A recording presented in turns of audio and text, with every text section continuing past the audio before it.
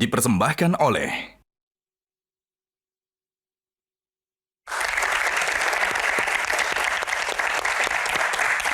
Kembali di Q&A masih bersama Bang Akbar. Abraka Chandra, bukan sihir tapi mahir. Nah, ini yang akan kita buktikan di panggung Q&A. Ini perdana kan, Bang? Perdana. Di media. Mau buka-bukaan ini ya. Ada nggak hal yang tidak diketahui publik yang selama ini dari sosok seorang Akbar yang ekstrovert, aktivis? Ada nggak? Perjalanan saya dalam karir politik. Sebenarnya saya sudah hampir 2 kali bertemu dengan ajal saya. Ya, menurut dari hasil lab dokter, di bulan Agustus itu saya diracun. 2024? 2023. Oh, 23, oke. Saya diracun yang kandungannya itu yang pertama dari hewan dan tumbuh-tumbuhan. Dilaporkan nggak Nggak, saya kasusnya? nggak. Kenapa nggak dilaporkan, Bang? Supaya ini menjadi pelajaran buat saya juga untuk lebih berhati-hati lagi, supaya tidak membuat kehebohan juga. Loh, kehebohan. Kenapa Abang merasa ada orang yang ingin meracun Bang Akbar? Saya nggak tahu ya. Saya selalu menyampaikan memang bahwa kami ini sebagai anak muda nggak boleh dijadikan ancaman. Mungkin oknum ini merasa kami sebagai ancaman waktu itu. Itu bisa ceritakan nggak? Di kematian tuh kayak apa suasananya? Menjelang mati itu kayak apa? Badan saya itu panasnya di luar yang wajar ya. Dan kandungannya itu setelah dicek arsenik. Nah, cuma saya berpikir mungkin ini karena doa dari kedua orang tua saya juga, akhirnya saya bisa selamat. Cuma yang jelas yang saya rasakan itu udah lemas. Sempet mikir nggak? Visual apa menambah apa gitu? Itu tuh ada malaikat berapa biji di gitu. sekitar lo. Kalau visual, secara visual ya, saya udah ngelihat kata saya terus. Muntah, lain sebagainya. Lebih kepada kesengsaraan fisik ya waktu Yep. itu ya? Ya, cerita-cerita orang menjelang meninggal itu selalu menarik di abad sekarang. Ketika orang sudah sibuk, lupa tentang kematian, itu cerita-cerita itu menarik. Makanya saya ketemu apa waktu itu? Kalau ada visual apa bapak ibu, apa gitu. Apa Rokib Atid datang Apa? Nggak ada sih, Mbak. Tapi saya di situ merasakan, wah, jangan-jangan saya sebentar lagi lewat. Ada yang berubah nggak sejak kejadian itu? Ya, tentu, Secara mental, spiritual? secara mental saya setelah itu akan justru makin semangat, makin strong. Karena itu hamin satu pemilihan. Kak Jolin? Ya, kalau dari aku mau bertanya kepada kakak baju hitam, sebagai sesama anak muda nih ya, apa sih yang berubah setelah terpilih menjadi wakil ketua MPR RI? Karena kan yang kita tahu sendiri kakak baju hitam ini termasuk salah satu yang termuda ya. Kak Jolin itu yang pertama waktu pasti. Saya merasakan betul waktu yang sangat-sangat sibuk. Saya pernah kemarin waktu itu kunjungan dengan Pak Muzani, kunjungan kerja dari Saudi. Balik dari Saudi, saya langsung harus balik ke dapil. Itu yang membuat saya hari ini merasakan, wah memang waktu saya sekarang sangat sangat sibuk yang pertama. Yang kedua, saya ini orang yang sebenarnya tidak terbiasa dengan protokol. Jadi saya juga kadang-kadang sampai dengan hari ini masih sedikit risih dengan protokol-protokol.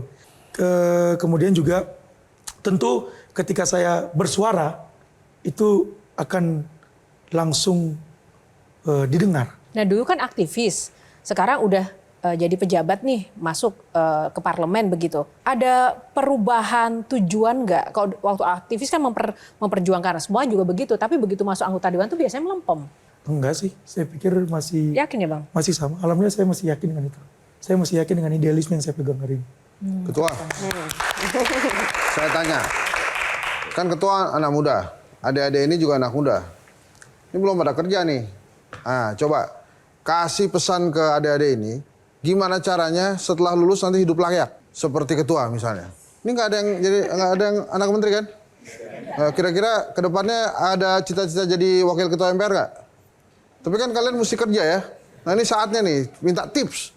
Gimana nih ketua supaya adik-adik yang hadir di sini ini juga semangat bisa ngeliat ketua terus wow ini boleh nih soko guru nantinya. Gimana ketua kira-kira? Sebagai mahasiswa sebagai anak muda, yang pertama jangan pernah membatasi diri untuk melakukan suatu eksperimen ya. Jadi teman-teman harus lebih leluasa. Karena pelajaran sesungguhnya itu adalah pelajaran kehidupan yang ada di luar kampus. Jadi teman-teman yang pertama harus seluas-luasnya membuka diri, jangan menutup diri. Kedua, soal adab. Itu yang saya pegang juga. Soal adab ke yang lebih tua. Jadi itu yang ditanamkan karena kami ini wilayah timur itu kental dengan istilahnya tabe. Tabe itu permisi. Jadi harus banyak-banyak permisi soan ke yang lebih tua. Jangan malu dan jangan minder. Teman-teman di sini kan mungkin tidak memiliki privilege seperti Abang. Kadang kalau jadi mahasiswa harus side job, harus part-time. Memangnya Abang pernah mengalami hal-hal kayak gitu? Oh pernah. Saya coba. Sesusah apa memangnya seorang Waktu Akbar? saya kuliah di, bukan hanya kuliah. Waktu saya kecil, saya itu memang sudah dilatih oleh orang tua saya untuk mandiri sejak dini. Begitu juga sama adik saya. Urusan sekolah, urusan masa depan, kita harus bisa urus sendiri. Saya sekolah sampai sekolah saya ada 7 SD. Saking mandirinya. Hobi atau apa sih itu? Ya karena ini yang disampaikan sama orang tua saya, kamu harus mandiri, kamu harus bisa survive. Tapi kok sampai 7? Sekolahnya gimana? Saya suka bersosialisasi, Mbak. Saya pengen sekolah di sini waktu itu. SD saya di Palu itu ada 5, di Jakarta saya 2. Jadi kelas 3 SD saya sudah di Jakarta dan waktu itu saya naik Metro Mini dari Tanah Abang, dari Pasar Rebo ke Tanah Abang. Ngapain tuh, Bang? Ya waktu itu saya ingin bertemu sama orang tua saya. Tapi pekerjaan apa ya di luar sebagai mahasiswa, di luar sebagai anaknya pejabat yang pernah dilakukan? Dulu saya pernah jualan jersey baju bola. Saya lakukan itu. Oh itu susah itu. Nggak Coba susah. aja jualan jersey MU ke saya. Yang pertama itu. Yang kedua saya pernah menjadi Uber Eats. GoFood. Waktu saya menempuh sekolah kuliah di Australia. Tujuan saya keluar itu kan saya pengen keluar dari zona nyaman saya.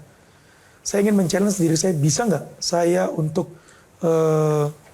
mencoba merasakan kerasnya kehidupan. Udah dapat rasanya kerasnya hidup? Alhamdulillah dapat. Apa yang didapatkan? Pesan moralnya apa? Jadi saya pernah waktu itu mendapatkan orderan itu hampir sekilo lebih. Jam 1 malam di luar negeri naik sepeda. Orderan apa? Orderan apa? Orderan makanan. Oh, Oke. makanan. Karena kan Uber Eats kan. Oke. Dan tanjakannya tinggi banget. Sementara lagi winter. Oke. Di Sorry situ saya bertanya, itu pakai sepeda atau Sepeda. pakai sepeda? pakai sepeda. Oke. Saya nangis waktu itu. Oh ternyata begini ya. Salah satu kerasnya kehidupan. Cari duit susah. Cari duit susah. Sementara waktu itu berpikir, udahlah. Kan ada kiriman orang tua. Gampang. Tapi ya suatu ketika saya tersadarkan dengan itu. Dengan proses itu ya. Dan waktu itu juga mencoba jadi dishwasher. Tiba-tiba dikasih tumpukan piring. Tek, tek, tek. Mental kena.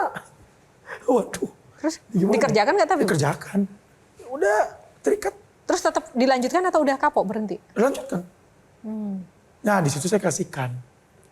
Kasihkan mendapatkan penghasilan sendiri. Kemudian saya terlena. Itulah yang membuat juga saya bangkit atas suatu kenyamanan yang sebenarnya kalau saya pikir-pikir. Kalau misalnya saya terus menipui diri saya sendiri. Saya mungkin tidak di posisi hari ini. Jawab tanya.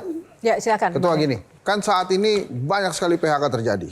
Dan rata-rata ya anak-anak muda yang belum sempat mengenyam pendidikan, pekerjaan, terus baru sebentar udah kena PHK.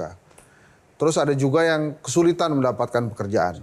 Ketua ketemu nih, sama terserah ketua lah, mau yang baru kena PHK atau yang baru mau cari kerja. Tapi seumuran, apa yang akan ketua sampaikan ke anak itu? Ke teman yang belum dapat kerja maupun yang baru saja di PHK. Sebagai wakil ketua MPR termuda, apa kira-kira ketua? Yang pertama, kita kan tahu sekarang di era digitalisasi, era modernisasi, apalagi dengan kehadiran AI. Tadi disampaikan juga banyaknya PHK. Nah ini yang perlu menjadi perhatian kepada anak muda untuk mengupgrade skill, soft skill, menambah ilmu. Kenapa? Karena ya kita harus suka tidak suka ya pasti akan bertemu dengan suasana yang tadi disampaikan seperti itu. Iya. Jadi ya pesan saya untuk kita survive ya teman-teman harus bisa menambah skill teman-teman.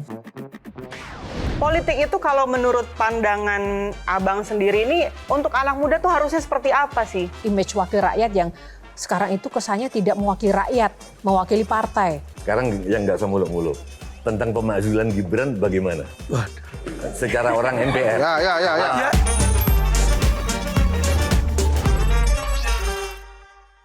Dipersembahkan oleh Jelajahi cara baru mendapatkan informasi. Download Metro TV Extend sekarang.